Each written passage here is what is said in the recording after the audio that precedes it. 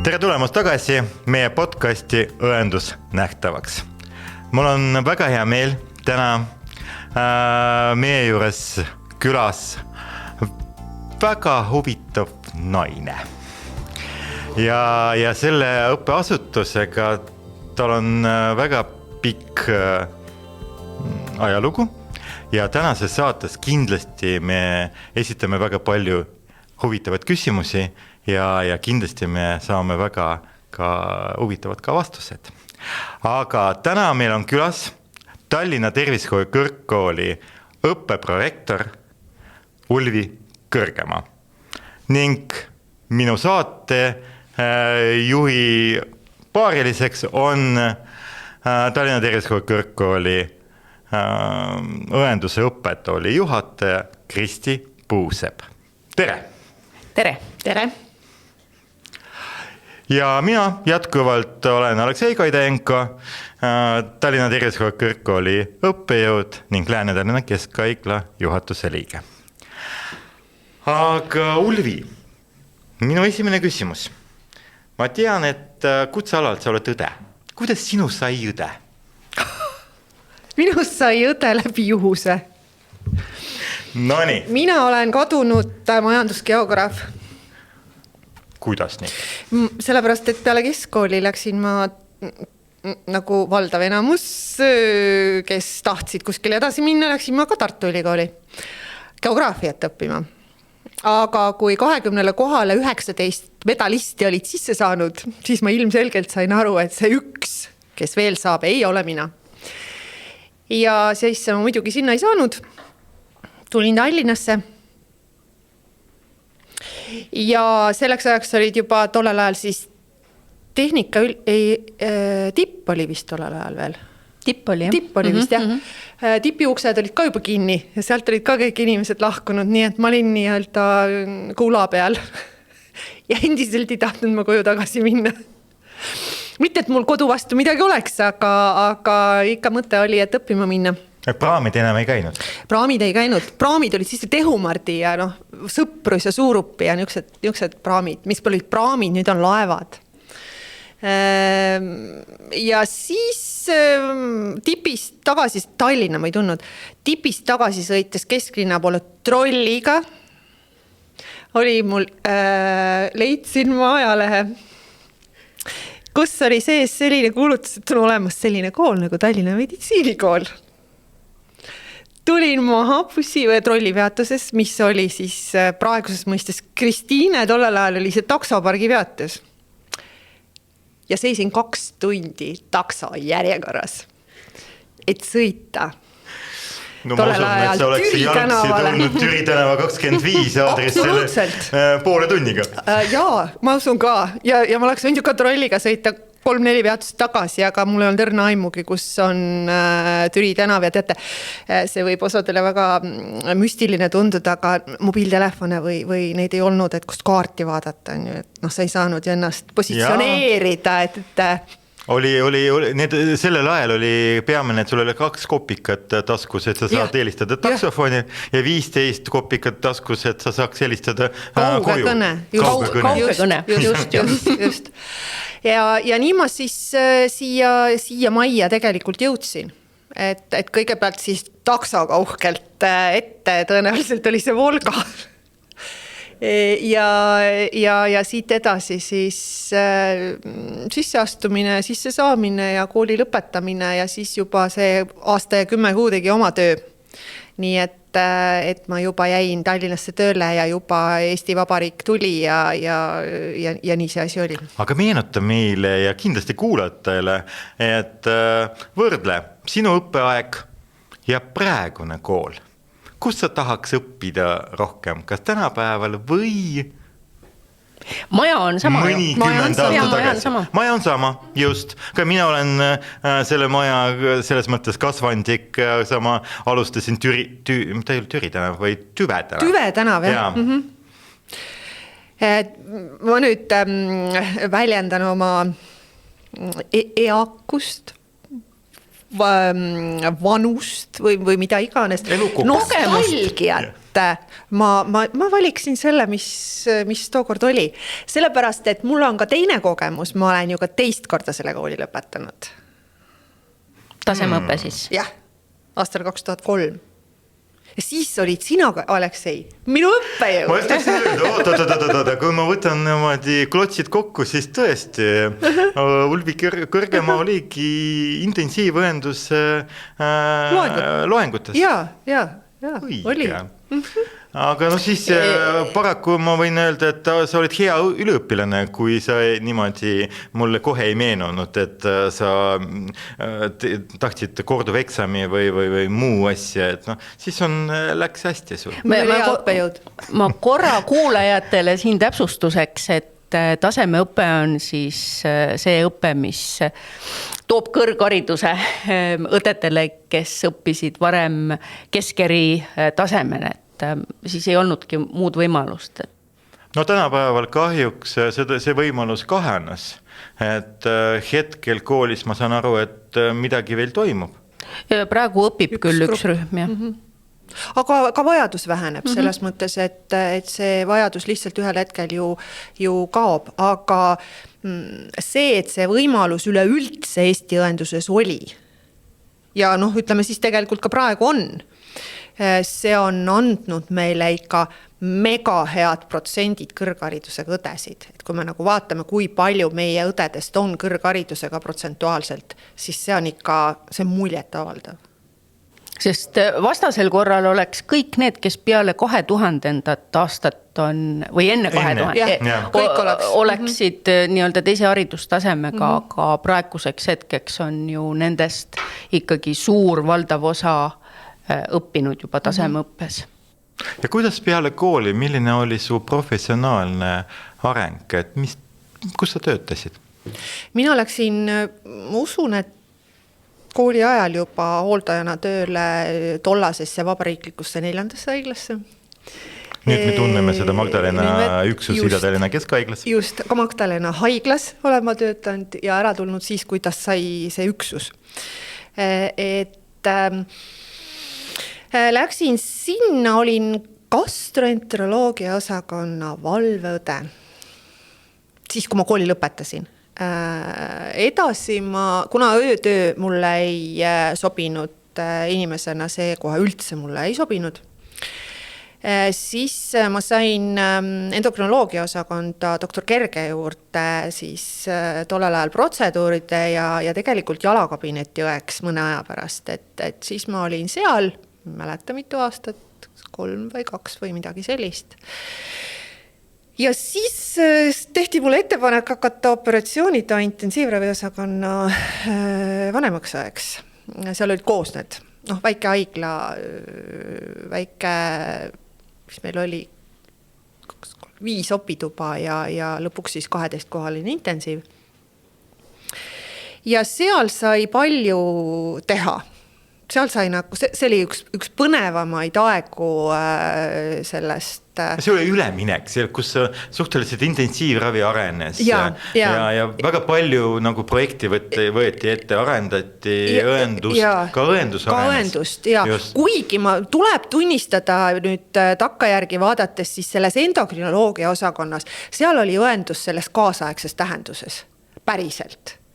Meil oli vanem õde see, kes oli päriselt vanem õde, kes hoidis osakonda korral, arstid tegid arstitööd ja õed tegid õetööd. Ma kommenteerin seda, et Ulvi kasutab sellised ametinimetused nagu vanem õed, et võib-olla tänapäeval noored isegi ei olegi võib-olla seda kuulnud, et nad on harjanud rohkem, et õendusjuht, aga vanasti tõesti oli kasutusel sellised ametid nagu vanemõde, ülemõde ja nii edasi, see on ka näitab nii nimetatud selline õde, kes oli juhtpositsioonis. Jah, sest meil oli ju vanemõde. Ja nüüd mu mõttelõng läks katki. jah, et sa oled intensiivravis, opitoas arendanud ja.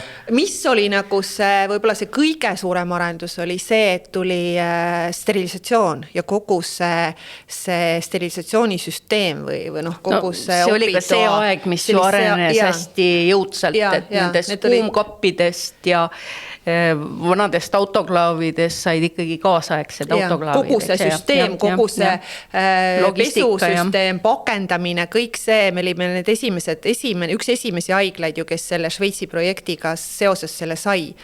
Et noh, kogu selle asja üles ehitamine oli äärmiselt raske, sest noh, päris ausalt, me ei saa mitte midagi alguses ju aru, mida me tegema peame või mis sellest tulema peab. Aga me saime sellega hakkama ja kõik need haiglad, neid oli vist 7 tollel hetkel, kes selle projektiga kaasas olid ja kõik me saime sellega hakkama. Aga noh, sa oled nüüd Lääne-Tallinna keskhaiglas, tollel ajal opituba kasutas Lääne-haigla sterilisatsiooni osakonda öösel. Õhtul läksid siis pakid sinna autoga steriliseerimisse ja hommikuks toodi nad tagasi. Et opituba saaks hommikul alustada ja kui sa siis hommikul tulid kella 7 ajal tööle ja avastasid, et need pakid on märjad. Mis sai siis? Kas opiplaan oli tagasi lükatud? Ei, opiplaan ei lükatud tagasi, meil oli alati tagavarakomplektid olemas, nii et me sellise hädavajaliku saime alati ära teha, meil oli nagu tagavar, me olime arvestanud sellega, et sellises ebanormaalses situatsioonis võivad niisugused juhtumid tekkida. Jah, see temperatuuri vahe ja selge. Sellised talve. No jah, see tänapäeval ka samamoodi, et tegelikult kaasaegne sterilisatsioon arvestab ka sellega, et tegelikult tööruumid ei tohi temperatuuri kõigumine olla rohkem kui mõni kraad, sellepärast, et me ei pruugi silmaga näha. Tänapäeval on paberpakkimine ja kondensaat tekib ju instrumendi peale. Just. Aga kui ma mäletan hästi, siis Magdalena haiglast su teekond tuli siia majja. Mis aastal sa tulid Tervishoiu kõrgkooli? 2003. 2003 ikka. Kas oled juba 20 aastat? Ja, ikka. Ja milline teekond oli siin majas? Siis sa juba teadsid, kuhu tulla, ei olnud enam vaja takso toodata, eks ju? Ja ma käisin ju tollel hetkel selles tasemeõppes. Ehk siis kõrgharidust mul ei olnud. Aga kandideerisin ma siia siis õpetaja koha peale. Ja muidugi ma teadsin, ma ju õppisin siin ja ma olin siin ennem ka õppinud, ehk siis mul on Tallinnas üldse 2 maja, kus ma olen õppinud ja töötanud. Üks on siis Kärnu 67 ja teine on Pärnu maantee 104, mis on siis Magdalena maja. Et mul rohkem neid töö ega õppimise kohti on olnud ja töökohti ei ole olnud. Ma nagu tuletan veel meelde. Ja, et sinna me jõuame, eks. Ja tulin õpetajaks tollel hetkel kutsekooli. 2003 ja 2005 sai kõrgkooliks. Okay. Ja siis kohe sellel samal sügisel olid suhteliselt suured muutused majas, nii et Elina Periga koos me tulime ja Merike Kravets, me nagu 3 koos tulime, Merike küll juba mitmendat või teist korda, aga meie siis Elinaga esimest korda. Ega me teineteist ei tundnud, me lihtsalt sattusime ühte ruumi. Ja kuna siin oli selliseid muutusi, siis said meist 6 aja pärast minust praktikakoordinaator ja Elinast õppetöökoordinaator ja Marika Asperg oli siis, sai meie ülemuseks. Õendusõpet oli juhaks? Siis oli õenduse ja ämmaemanduse osakond. Koos olid. Just. Jah. Ja siis oli väga kibekiire sügis sellepärast, et uus amet ja uued asjad, uued suhted, uued otsimised täitsa, õppekavast ei teadnud ju mitte kui midagi, et kui sa haiglast tuled, oled teinud 11 aastat, ma olin haiglast tööl. Et siis ei saa ikka aru õppekavast küll alguses. Aga närisime ennast sellest läbi ja sama aasta lõpus ma siis ka lõpetasin juba tasemeõppe ja sain kõrghariduse. 2003. Ja tegelikult te alustasite ju, ja tegelikult juba sellel ajal õeõppe oli juba kutsekõrgharidus. Ja, kõrgharidusõppe. Ja me läksime kohe ju esimesele akrediteerimisele institutsiooniga, sest 2005 sai ju kõrgkooliks ja siis 2005 oli ju nime muutus. Nii et kohe, kui ma lõpetasin selle kooli kõrghariduse õeõppes, läksin ma magistrisse Tallinna Ülikooli, haridusteaduste magistratuuri. No veel üks aadress. Jah. Narva maantee. Narva maantee. Viru ringi peal oli see kool, kus ma käisin, muuseas seda maja ei ole enam. No seal on mingi kaubanduskeskus praegu ja seinad on ees. Jah, aga nendes kõverates treppides. Just, aga tegelikult meenutades seda ajalugu, siis ma küsiks võib-olla tõesti provokatiivselt su käes, et mitu akrediteerimistsükli sa oled 20 aasta jooksul siin läbinud? Mul on selline tunne, et olles siin nii õppejõud kui muidu kolleeg, kool on alati kellegile midagi peab tõestama, et ta on väärt seda nagu nimetuse nagu kõrgkool ja õppekavad vastavad ja nii edasi. Et kuidas sa hindad seda protsessi meil Eesti tervishoiusüsteemis ja siin koolis? Ma olen alati öelnud, või mitte alati, aga siis kui ma hakkasin sellest asjast aru saama, et Eesti kõrgharidus on tõenäoliselt ühe parima kvaliteediga, sellepärast, et seda kvaliteeti lihtsalt hinnatakse lakkamatult ja kogu aeg, et mitte kellelgi ei ole siin võimalustki kuidagi ennast lõdvaks lasta, sellepärast, et sa tead kogu aeg seda, mis oli just ja järgmine on sul nagu kohe ees, et sa elad kogu aeg selles tsüklis, et ühest väljuda teise sisened.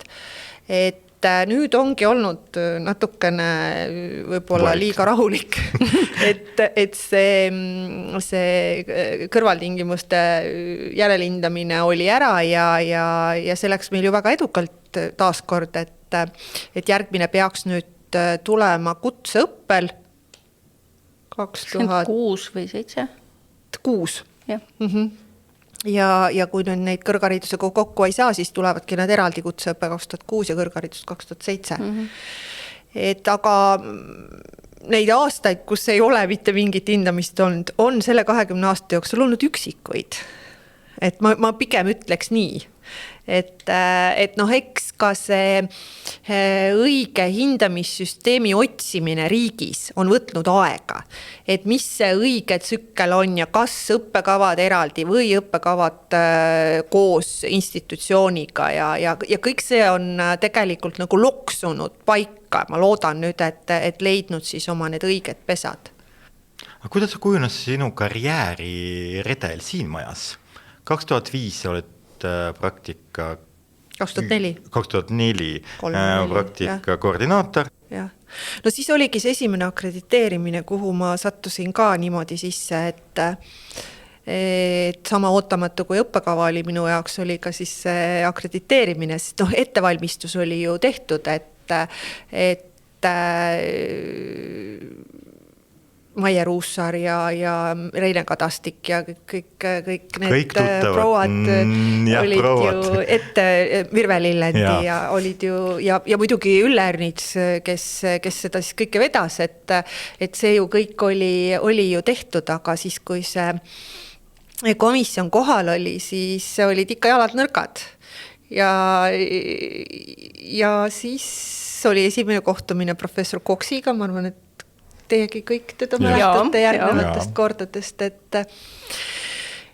tegime, andsime endast parima ja läks võib-olla mitte nii hästi, kui me kõik lootsime, et algul me saime ju 3 aastat ja siis need üleminekud kõik siis see kõrgharidus või rakenduskõrgkooliks formuleerumine ja nii edasi ja siis tegigi pärast seda hindamist või akrediteerimist tegi siis Ülle Ernits mulle ettepaneku, et kas ma olen nõus tema tiimis töötama ja ma siis ikka nii nagu kõik kohad vastu võetakse sellises võib-olla algul natukene rumala peaga, et võib-olla see mõte ei ole alati nii selge, mina võin küll takkajärgi öelda, et kui sa nagu sulle tehakse ettepanek, siis see emotsioon ja see on minust küll üle alati olnud, et ma küll mingit kainet kalkulatsiooni ei oska teha, et nüüd selline ja siis ma teen nii ja siis ma olen selline ja ma lihtsalt ei ole niuke. Aga kirjelda palun meile Tallinna Tervisekooli kõrgkooli õppeprojektorid. Kuidas sul tundub? Milline ta on? See ei ole hea küsimus. Tavaliselt öeldakse, et see oli hea küsimus. Aga ma ütleks, et see ei ole hea küsimus. Aga ei, mis ta ikka on, et proovin anda endast iga päev parima ja püüan olla oma siis ütleme bürokraatilises mõttes alluvatele hea kolleeg. Et me oleme tegelikult, ma olen vähemalt püüdnud, ma ei tea, Kristi võib nüüd tõestada või ümber lükata või üldse mitte midagi ütelda, et ma olen küll proovinud nagu hoida sellist meeskonnatööd ja hoida kõiki kambas ja katsuda koos asju otsustada. Aga kui ma tunnen, et mul on õigus ja teised ei jõua mulle järgi mingil põhjusel või on eest ära läinud, siis ma olen võimeline ka ütlema, kuidas asjad on, kes ka otsustamine ei ole mulle võõras. Julgen otsustada. Ja, kinnitan seda kõike, mida sa praegu ütlesid, et võib-olla lisaks siia juurde selle sihukese läbi kaalutletud otsustamise, et ükskõik, on see otsus suur või väike või mõjutab ühte või sadu või meie kõrgkoolis tuhandeid inimesi, eks ju. Et kõik need on tegelikult mitte niimoodi umbropsu või et selle esimese tunde pealt ja kui see tunne ka on näiteks muutumas, ütleme, selguvad mingid asjaolud, et alati on ka nagu see julgus teha seal korrektiive nendes esialgsetes otsustes. Võib-olla üks asi, mida on kolleegid minu kohta öelnud, et kui on mingisugune otsus vaja teha või mingisugune probleem on õhus, siis ma ei mäleta, ma ei oska tsiteerida, ma ei tea, ma ei mäleta enam, kes seda ütles, aga keegi on kunagi küll mulle öelnud, et mis ta te ootate, ta nii otsustab nii, nagu tudengitel on parem. Et ta niikuinii ju teeb, ta niikuinii vaatab ainult tudengite poole. No jaa, aga siin koha peal ma kindlasti meie kuulajatel on ka küsimus, et jah, kõrgkool on selge kõrgkool, õppejõud on selge, see on see inimene, kes on klassi ees. Kes on õppeprojektor? Mis see roll on õppeprojektoril? Et ma mõtlesin sellele eile, et mis see siis see minu töö on, üldse mitte selles kontekstis, aga meil oli eile paar kohtumist sellist, kus tulid ka nagu probleemid välja ja tahes-tahtmata üks pool on see probleemide lahendamise koht, et kui on ikkagi midagi, ma ei taha öelda pahasti ja ma ei taha probleemi nagu halvas mõttes ei too üldse välja, kui on midagi, mis vajab nagu parandamist, et siis need sekkumised on küll need, millega ma kas nüüd just igapäevaselt, aga peaaegu igapäevaselt tuleb tegeleda. Ja tuleb ka tunnistada, et mida aastad edasi, seda rohkem on nii tudengid kui ka tegelikult õppejõud valmis oma huvides seisma, et mis on tegelikult ka hea ja mille üle mul on hea meel, kuigi igasugune vaie või probleem, mis su ette tuleb esimesel hetkel nagu mõtled, et mis nüüd siis jälle. Aga iga selline probleem viib jälle asja edasi, et sa saad jälle asjale sisse vaadata sellele asjale ja tegelikult see viib ju edasi. Aga muidugi ka selline, see on üks osa tööst, aga muidugi ka selline kogu see arendustegevus, kuhu me liigume, kuhu me suundume, kuidas õppekavad, kuhu nad üldjoontes arenevad. Et iga see spetsiifika, iga oma õppekava spetsiifika, neil on oma õppejõud, oma juhid, eks, et see niikuinii, aga sellised üldised suundumused. See kindlasti ka. Kas võib näiteks tõmmata paralleeli avaliku sektorist, näiteks ministeeriumist, et minister on nagu pea, ministeeriumis. Me võime siin tuua nagu rektor on ministriga positsioonis. Aga tegelikult me teame ju, kes ministeeriumi juhib. Ju kantsler. Mina ei tea. Et kas me võime näiteks nagu pakkuda sellist lahendus või et õppeprojekt ongi tegelikult koolijuht? Koolikantsler. Natuke selles mõttes mingil määral kindlasti võib neid tööalaseid kohustust paralleele tõmmata, aga üks kindel erinevus on, et ministrid võivad lahkuda päeva pealt. Aga poliitiline koht. Ja just, aga rektor on selles mõttes nagu areng on garanteeritud nagu selles ametiaja lõikes, et selles mõttes on nagu ikkagi igasuguses kõrgkoolis või ka koolid on vist nüüd tähtajatu töölepingu, vahet ei ole, aga vähemasti need, kes on tähtajalise peal, et sul on nagu ikkagi see mingi perspektiiv on ees, et sa ei tule igal hommikul tööle selle mõttega, et äkki mul homme ülemust ei ole, et poliitiline tuul tuleb ja puhub minema, et see kindlus on nagu on olemas. Aga mida sa oled õppinud nende aastate jooksul veel juurde? Lisaks magistrikraadile?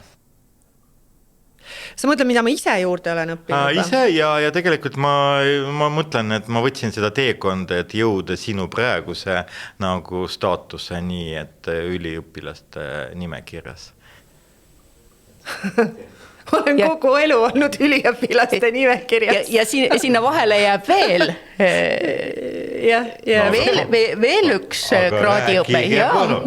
Jääb. Ma ütlen, ma olen olnud suurema osa oma elust üliõpilaste nimekirjas kindlasti viimased 6-7 aastat. Ühel hetkel ma läksin õppima õigusteadust. Kas tahtsid kohtunikuks saada, advokaadiks? Ei, ma tahtsin ennast juriidiliselt harida. Ma ei oska öelda seda, miks ma sinna läksin. Ma ei tea. Ma arvan, et pigem endale tõestama seda, et ma olen võimeline õppima. Ja minu sellises lapsepõlve vaates või üleüldse nagu vaates on 2 õppekava, millel õppimine on kohutavalt raske. Üks on, ma arvan, et see on nagu ühiskonna kuvand, ma ei tea, kas see tõsi on. Üks on arst ja teine oli jurist ja tegelikult sinna juurde ka tõenäoliselt mingid inženeeria erialad siis tehnilise poole pealt. Kuigi neid ma ei kartnud, sest ma olen ju programmeerimise taustaga keskkooli ajast. Okay. Et see mulle ei tundunud keeruline. Aga siis jah, nii imelik kui see ka ei ole, siis ma ei mäleta, mis aasta see oli, 2007? Ei, 2017, vabandust. 17? Jah. Läksin astusin sisse Tartu Ülikooli. Kui sisse sain, rääksin kodus ka. Ja siis järgmine 5 aasta jooksul siis kõigepealt baka ja siis magister otsa. Nominaalajaga. Ei kujuta ette. Isiklikult ei kujuta ette, aga see on tõesti suur väljakutse. See oli suur väljakutse ja ma mäletan umbes 3 korda, kui ma mõtlesin küll, et see ei ole normaalne. Esimene kord oli see, kui Kaude Aamust tuli pähe õppida. 3 salmi, igas salmis 4 rida, igas reas 2-3 sõna. Selleks kulus mul sõit Saaremaale autoga ja tagasi. Ladina keeles, jah. Originaalis. Ja ikka mul ei olnud see veel peas. Ja siis ma mõtlesin küll, et see lootusetu ettevõtmine selle esimesel semestril. Aga ei, see ei ole tegelikult lootusetu ettevõtmine, et ma julgustan nagu kõiki minge ja õppige, et selles mõttes ka õppige pähe. see arendab aju ja see näitab, et on võimalik ka täiskasvanuna õppida asju ja neid meelde jätta, mitte ainult aru saada ja siis sellest edasi konstrueerida mingeid arvamusi, jah. Aga jääb pähe ka. Ma tahan öelda veel, et kui palju tegelikult Ulvi õppimisest on olnud ka teistel kolleegidel kasu. Et just nimelt see sama juura, eks ole, mis nagu võib-olla tundub esialgu, et mis asja, et see, kuidas see tervishoiuga seotud on või missuguse erialaga meil seotud, see on kõikide erialadega seotud. Kooli dokumentatsioon, kas või ka kirjavahetused või meie juhiste tegemised, et see, mida me oleme kõik nüüd läbi selle ka teada saanud, selliseid erilisi nüansse, mitte lihtsalt vaadates mingisugust dokumenti kui dokumenti ennast, aga natukene nagu sinna sisse ja laiemalt seda pilti näha, nii et ka meil on kasu olnud. Väga tore. Aga sellest nagu ma saan ei piisanud. Ei piisanud. Tegelikult kui sa nüüd rihid doktoriõppele, siis enne seda, kui ma sinna juurasse läksin, olin ma ka ju doktoriõppes käinud Tehnikaülikoolis, aga ju ei olnud aeg õige, et ained ma seal läbisin ja eks ma ikka targemaks kujutan ette, et sain ka. Aga siis elu ja tegemised pakkusid välja võimaluse Tallinna Ülikoolis siis doktoris alustada sotsiaaltöös ja seda siis ma ka alustasin, ma olin magistri esimesel kursusel, kui ma alustasin siis paralleelselt doktoriõpinguid, jah.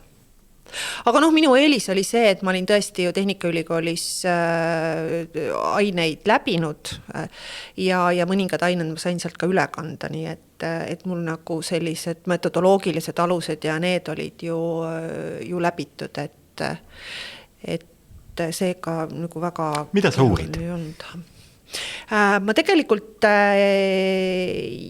jätkan seda uuringut, mis on juba 2 korda läbi viidud, ehk siis see on siis õdede uuring Eestis nöösprojekti kaudu, mida Ülle Ernits on läbi viinud siis aastal 1999, 2009 ja mina koos Ehasaluga. Koos Ehasaluga, jah.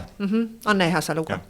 Ja mina siis võtsin ta 2021, me natuke lükkasime seda edasi, sest see COVID ju tuli, et tegelikult oleks pidanud natukene varem see uuring olema, aga oli kuidagi...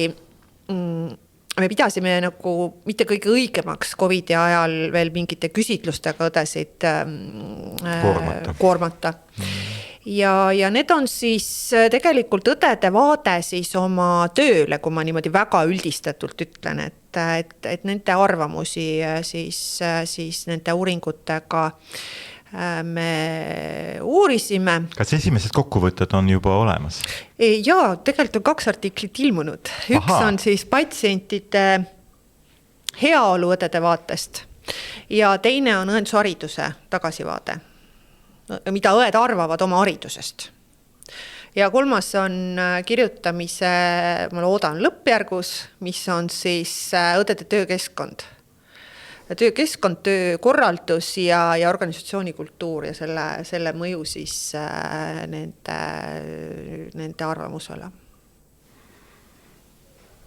Väga hea, et selles mõttes, et kõik need teemad on väga läbi põimitud oma vahel ja töötavad koos ja me näeme seda arenguprotsessis niimoodi aastast 90-ndate lõpus kuni tänase päevani, et tegelikult paljud võib-olla ei märkagi ka, et kui jõuliselt on ka tervishoid on meil arenenud need aastate jooksul. Ma muidugi võin saladuskatted kergitada, eks see ei ole mingi saladus, et need artiklid on ju tegelikult avatud juurdepääsuga.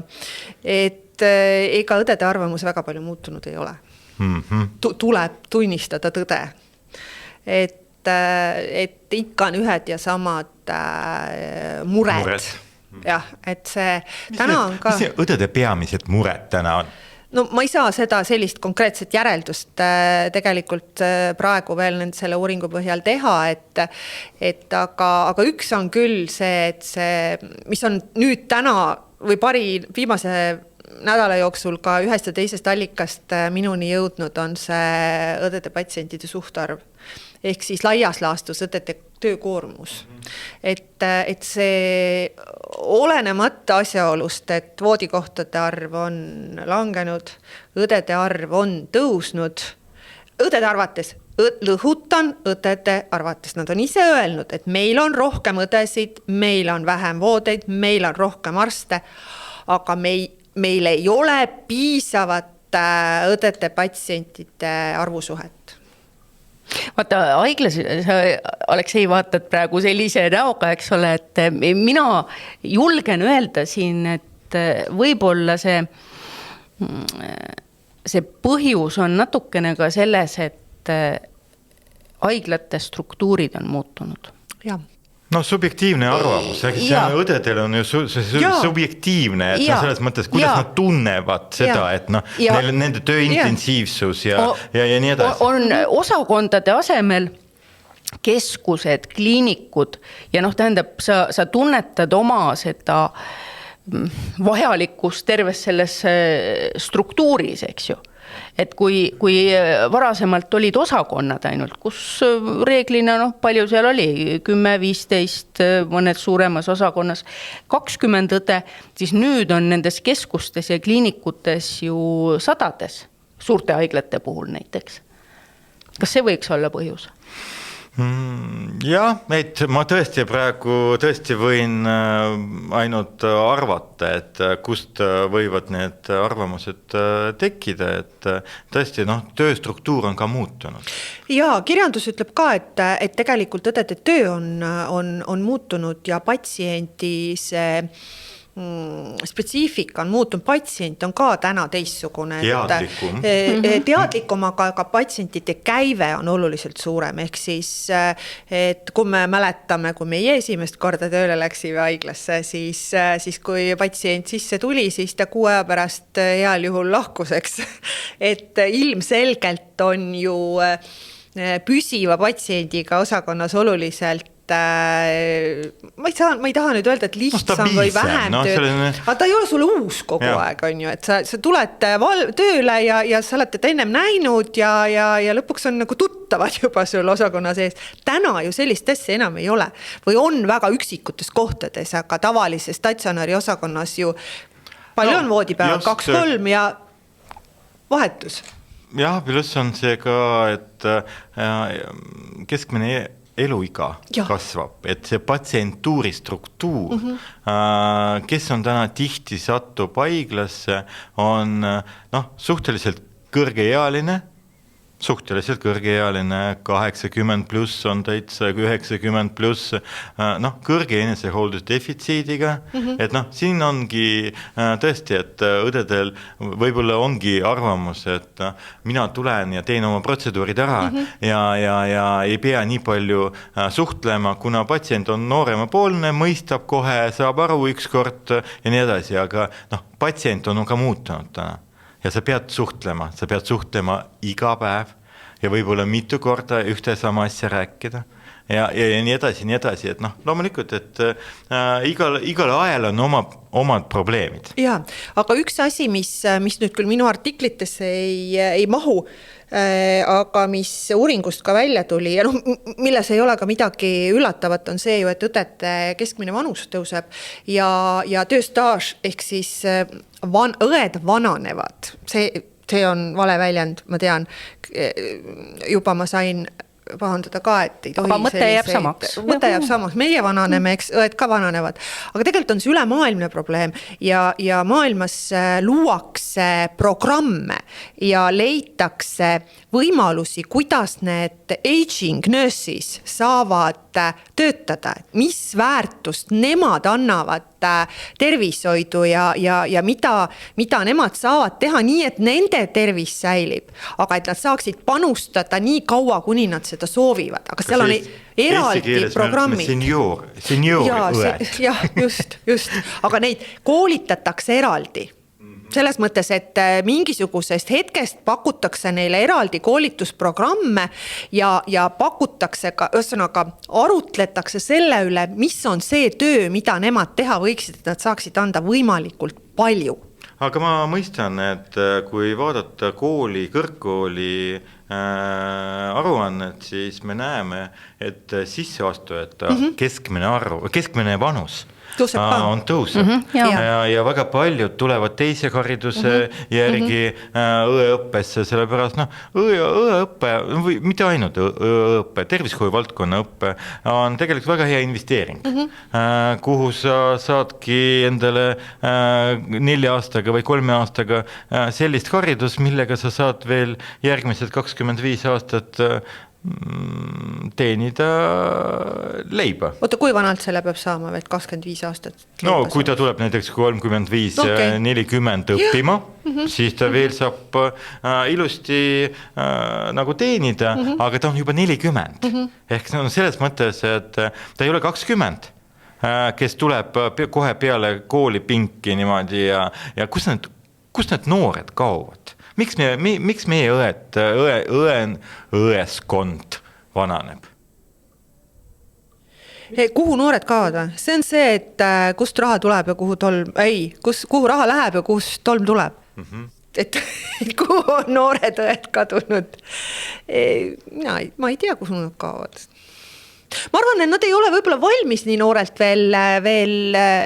veel õppima tulema nii rasket eriala, et ämma-emandatega oli küll mõni aeg tagasi see, kus nad väga palju oli neid, kes tulid peale gümnaasiumit ja läksid esimesel kursusel ära ja nad ütlesid, et see ei ole neile, sest nad ei saanud aru, mida nad õpivad ja kui nad oli läinud mingi 4-5 aastat mööda, nad tulid tagasi.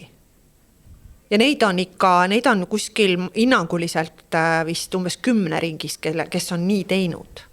Aga ma tahan öelda ikkagi, et ega meil tulevad noored ka õppima ja eriti selle suvise vastuvõtuga, kui gümnaasiumid lõpetavad suvel, siis sisseastujate hulgas on, ma ei oska nüüd niimoodi protsenti öelda, aga ikkagi valdav on need, kes on siis kas kohe lõpetanud või aasta või 2 tagasi ja neid nõndanimetatud kogemustega inimesi, sest nüüd on tõusutrendis paari viimase vastuvõtu korraga, et meil on palju magistrikraadiga õppijaid. Et nemad siis tulevad talvise vastuvõtuga sageli ja seal, kus need konkurentsikohad on, et suvel on palju neid gümnaasiumi lõpetajaid ja talvel on siis kogemustega inimesi. Aga muidugi tuleb ju öelda ka seda, et tegelikult ju riik ka seda toetab seda tervishoiuharidust teise haridusena, sest tervishoiu valdkond on ju peaaegu ainus, ma võin muidu lihtsalt eksida, et võib-olla on ainus, et kuhu saab tulla teisele kõrgharidusele ilma, et sul mingid sanktsioonid sulle kehtestatakse. On vaja nominaalaega oodata ja mingi 2 nominaalaega. 10 aastat on vist järgmisest aastast on vist ära fikseeritud see aeg. Okay. Aga siin koha peal ma võib-olla küsiks sellist sõna nagu konsensusleppe. Mis asi see on? Ja kuidas õppeprojektor Ulvik Kõrgema on sellega seotud? Ma olen sellega seotud, ma olen juba eelmise konsensusleppes süüdi osaliselt natuke. Jah, et tegelikult on see ju see õdede puudusest tulenev koolitustellimuse tõusuvajadus olnud meiega kaasas nii kaua, kuni see, ma ütleks siis, et Tallinna tervishoiukõrgkool on olemas olnud. Tõenäoliselt oli ta ennem ka. Lihtsalt kommenteerin, kinnitan, et Eesti paistab maailma kaardil oma järjepidevusega. ja järjekindlusega. Ehk kui aastal 2001 oli 6,7 õde 1000 elaniku kohta, siis täpselt 20 aasta pärast meil oli 6,7 õde 10 000 elaniku, mitte 1000 elaniku kohta. Et kui vaadata teisi riiki, OECD maailma riike, siis seal toimusid peaaegu kahekordselt, 30% võrra rohkem õdesid. Kui igal pool toimusid arengud, siis Eesti oli väga klassikaline, stabiilne. Konservatiivne. Just. Nii nagu Eesti tervishoid. Ja sa ütlesid ennem, et õdede arvamused ei ole muutunud. Samamoodi ei ole muutunud stabiilne. Ka see arv, eks ole. Aga õnneks, tähendab, kui igal pool tuleb näha head ja ei ole ju ka vähenenud.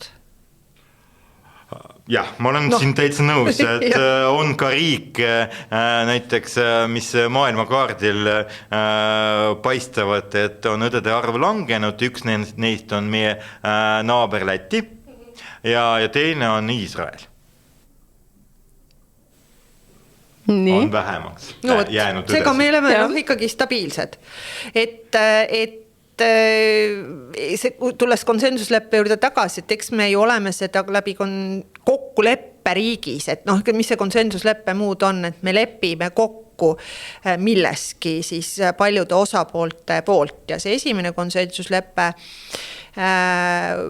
sai kokku lepitud, ma ei mäleta neid numbreid enam, et palju me siis võtame vastu, ka siis oli tõus sees. Aga mis oli selle esimese konsensusleppe võib-olla selline väärtus oli see, et haiglatega koos me leppisime kokku ja seega praktika küsimus ei olnud enam selline,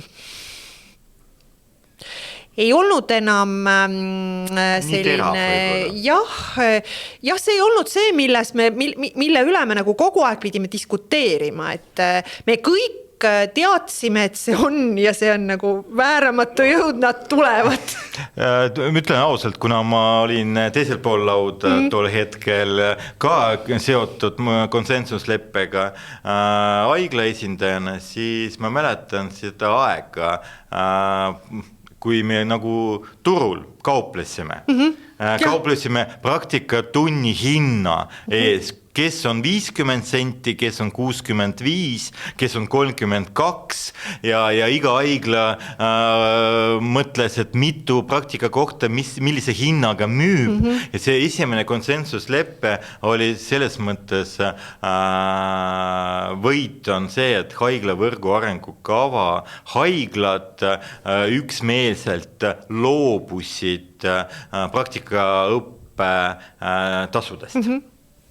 Ja pluss on see, et kuna konsensusleppe osapooled on ministeeriumid ehk Sotsiaalministeerium, Haridus-Teadusministeerium ning Haiglate Liit ja koolid või Õdede Liit hoopis. Haiglate Liit ja Õdede Liit ka? Koolid ka, jah. Konsensusleppes. Ja, ikka. Ja siis ongi selline kokkuleppe, kuidas see nagu õdede ämmemandate õppekohad ja praktika on korraldatud. Aga konsensusleppe 2? Ja, me saime nagu selle, ma ka see teine tuli nagu sinna veel täienduseks ju juurde, ma mõtlen just sellest omavahelises suhtlemises ja ma ei taha öelda nagu läbi, mul ei ole head sõna, läbisaamine pole ka, me oleme kogu aeg hästi läbi saanud, aga me olime nagu, enne me ikkagi olime nagu üks ühel pool, teine teisel pool lauda, et siis me saime selle laua ümmarguseks.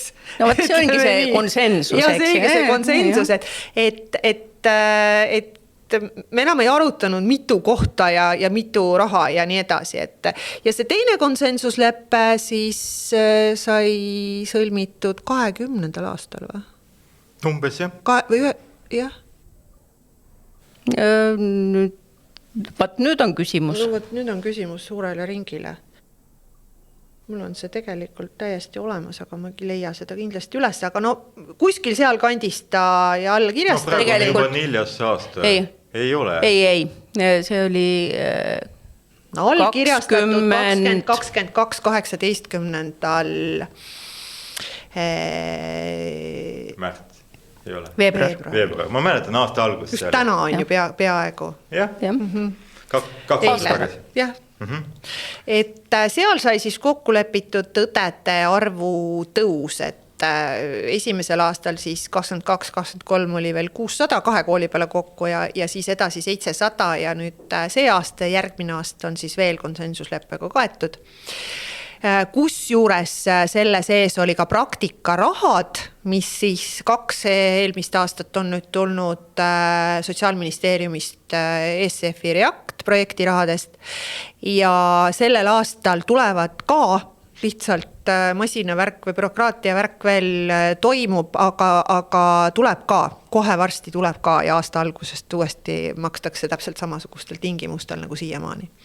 See on väga hea sõnum meie kolleegidele, kes on tegelikult on väga tänulikud ka, et nende panus on ka märgatud ja haiglad on, see ei ole mingi suur summa, aga see on selline tunnustamise hetk, et ka seda panust märgatakse. Ja see on, selles mõttes on küll, Sotsiaalministeerium on teinud märkimisväärse töö selles osas ära, et jah, ma olen nõus, see summa number on, selle üle võib alati vaielda ja me võime vaidlema jäädagi. Ja seda õiglast ei leiagi. Aga ta on olemas ja see süsteem toimib ja tegelikult õdede rahastamine jällegi Haridusteadusministeeriumi poolt täpselt samamoodi, et kõik see nagu toimib väga-väga hästi, et selles mõttes on küll hea meel. Et me oleme nagu poliitika ülesed, et õnneks tervishoid on praegu selles seisus, et tervishoiuharidus. Just tahtsin öelda, kas tervishoid või tervishoiuharidus? No tervishoiuhariduse järgselt siis tervishoid, nii palju kui meie sinna saame panustada, sest ma olen alati öelnud, me oleme ainult vahepealne etapp, et meie ainult teeme seda, mida Eestis on tervishoiul vaja, et meie koolitame seda ja niimoodi, nagu tervishoiul on tulevikus vaja, et me oleme ainult hüppelaud vahepeal. Nad tulevad sealt, kus nad tulevad, hüppavad siin korra on ära ja siis lähevad sinna. Miks nad siia üldse tulid? Nad ei tule ju kooli õppima sellepärast, et koolis õppida. Nad tulevad ju kooli selleks, et tervishoiust töötada. Mitu podcasti on meil tehtud meie üliõpilastega, meie endiste vilistlastega ja kõik ütlevad, et Tallinna tervishoiu kõrgkool on megakool ja kus tahetakse õppida ja kus tahetakse tulla. Aga ma küsin, et juhi üks ülesanne on strateegia ja unistused. Millist kooli näeb prorektor Ulvi Kõrgemaa 20 aasta pärast? Ma just muuseas rääkisin sellest ja ma olen sellest ennem ka rääkinud, see on nüüd puhas õppekava teema või õppekava arenduse teema, et ma unistaks sellisest koolist, kus seda, mida õppida, otsustab õppejõud. Ma nüüd üldistan õppejõudu laiemas mõttes, et ikka meie ka, et õppejõud nagu laiemas mõttes. Aga seda, kuidas õppida, otsustab üliõpilane. Et see oleks minu jaoks see ideaalne variant, et me praegu kempleme aeg-ajalt selle üle, et kas veebiõppe, kas e-õppe, kas Zoomis või Zoomi taga, kas klassiruumis või Simus või mida iganes. On muidugi asju, mida ei saa muuta, et kui sa õpid käelist tegevust, siis seda ei saa nagu kuidagi, täna me kujutame ette, et ei saa. Võib-olla 20 aasta pärast saab seda õppida kuidagi virtuaalselt, ma ei oska öelda. Aga täna ikkagi sa pead nagu koha peal ja õppejõu karmi käe all seda õppima. Aga seda, kas ma loengu seminari või kuidas ma selle aine nagu omandan, mis on valdavalt teoreetiline, et kas ma selleks istun siin tooli peal ja kuulan, kuidas õppejõud seda klassiruumis räägib või ma valin e-õppe või ma valin veebis õppe, mis on ka ju erinevad asjad. Et seda ma unistaks, et kui nii saaks õppekavad üles ehitada, et õppija saaks otsustada. Kas seal on peal kuulamise aparaadid? See on see asi, milles ka Aleksei unistab, sest me just tund aega tagasi sellest rääkisime. Ja just, et kuidas võiks olla nii-öelda selline virtuaalne ja ise ained on samad. aina elluviimise metoodika on erinev ja õppija otsustab, kuidas ta mina ütlen ausalt, et mis minu nagu unistus on see, et tegelikult see virtuaalkabinetis võikski olla õppetöö, kus on ka ühtne, mitte õppejõu selles mõttes keskne aine edastamine, et igaüks interpreteerib omamoodi, kes on tugevam ühes osas või teises osas ja siis tegelikult me lõppude lõpuks ei tea, mis see lõpp-produkt on. Aga minu mõte on tegelikult see, et tulevikus võikski olla see, kogu õppekava on standarditud, üles ehitatud seal virtuaalses kabinetis, kus ongi õpilane õpib ära vastavalt vajadusele need teemad, mida tal on vaja, on miinimumprogramm, on maksimumprogramm, mida iganes, kes tahab natukene rohkem spetsialiseeruda ja nii edasi. Ja siis esiteks koolile on hea, et tal on kabinet, kus on vastavalt tingimustele ka õppekavale kõik need loengud, me teame, mida saadetakse ühtemoodi. Aga sa pead otsustama, sa pead õppijana saama otsustada, kuidas mina õpin? Jah, et see on juba prorektori unistus. Tavalise lektori unistus, et natukene väiksem. Sest miks ma seda nii veenvalt räägin, on see, et kuna ma ise ju tulles tagasi juuraõpikutesse, siis juurapaka 3. kursuse pealt kukkusin ju mina Covidisse selles mõttes täpselt, et ma lõpetasin ju Covidi ajal. Ja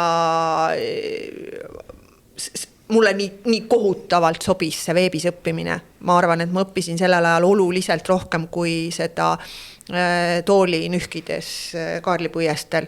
Mitte, et sellest kuidagi halb olnud. Ja sellest ma sain alles tagantjärgi aru, et niimoodi arvutist loengut kuulates ma õpin lihtsalt ise palju rohkem. Mis ei tähenda seda, et mul kursusekaaslasele kõigile see sobis kaugelt selle. No kindlasti ja mina olen see õppejõud, kes eelmine nädal keelas Zoomis tundi andma ja ütlen, et kas tulete kohale ma tean või tulete eksamile. Vaata, õppeprorektor teab neid asju. Kui õppejõud keelab midagi, sa küsid, mis ta teeb. Vaata, seda ta teebki, et ta teab. Ta saab teada ikkagi. Ta saab teada.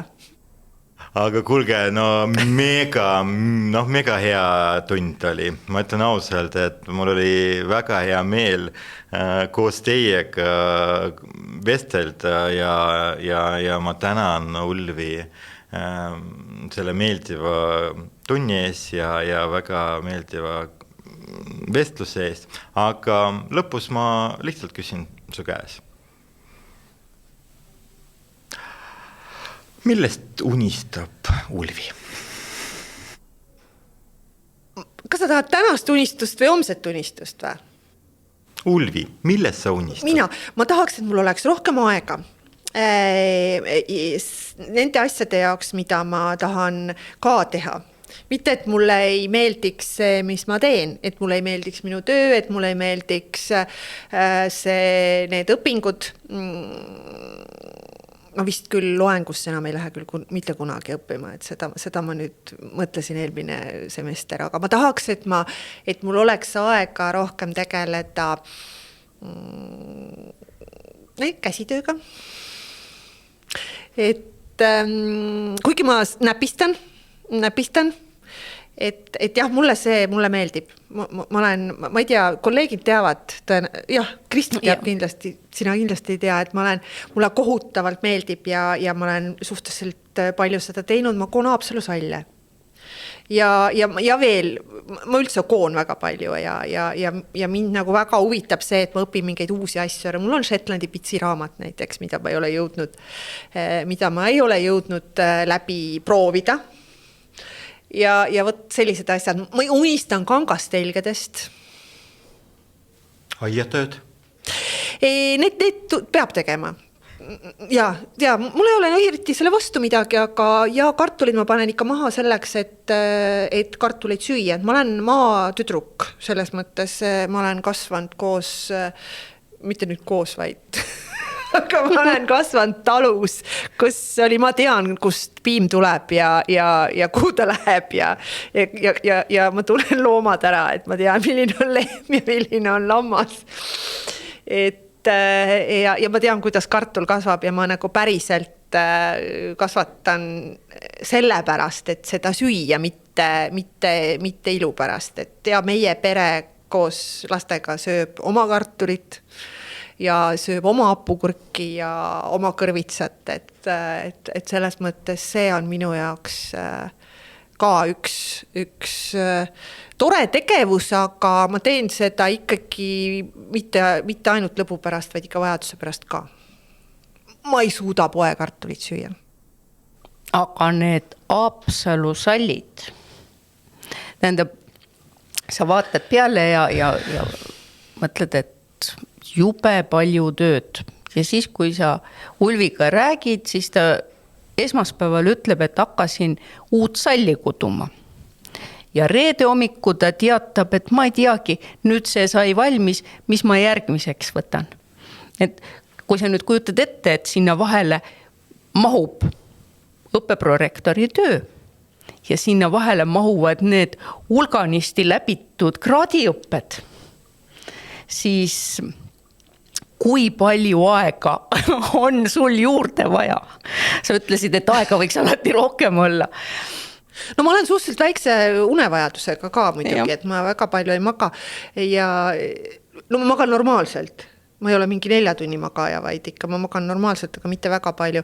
Ja lennukid, sa ju ise tead. Jaa, sest ime, kuidas need lennukid õhku tõusevad üldse, aga Ulvi võtab alati juba enne seda, kui me hakkame startima, siis mitmed read on tal selleks ajaks kootud. Yeah.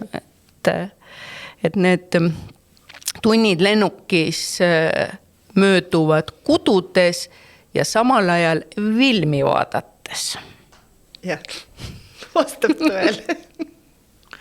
Suur tänu, Ulvi Kõrgemaa ning edu sulle, jaksu ja soovime ka meie poolt ja tänada sind, et sa leidsid sellel ajal, kiirel ajal tund aega meie jaoks ja väga meeldivaks ja huvitavaks vestluseks aega. Aitäh! Aitäh! Aitäh! Aitäh podcasti Õendust nähtavaks kuulamas ja aitäh Kristi Puusepp ja siin teiega olin ka jätkuvalt Aleksei Kaidenko, Lääne-Tallinna Keskhaigla õendusjuht ja Tallinna Tervisekõrgkooli õppejõud.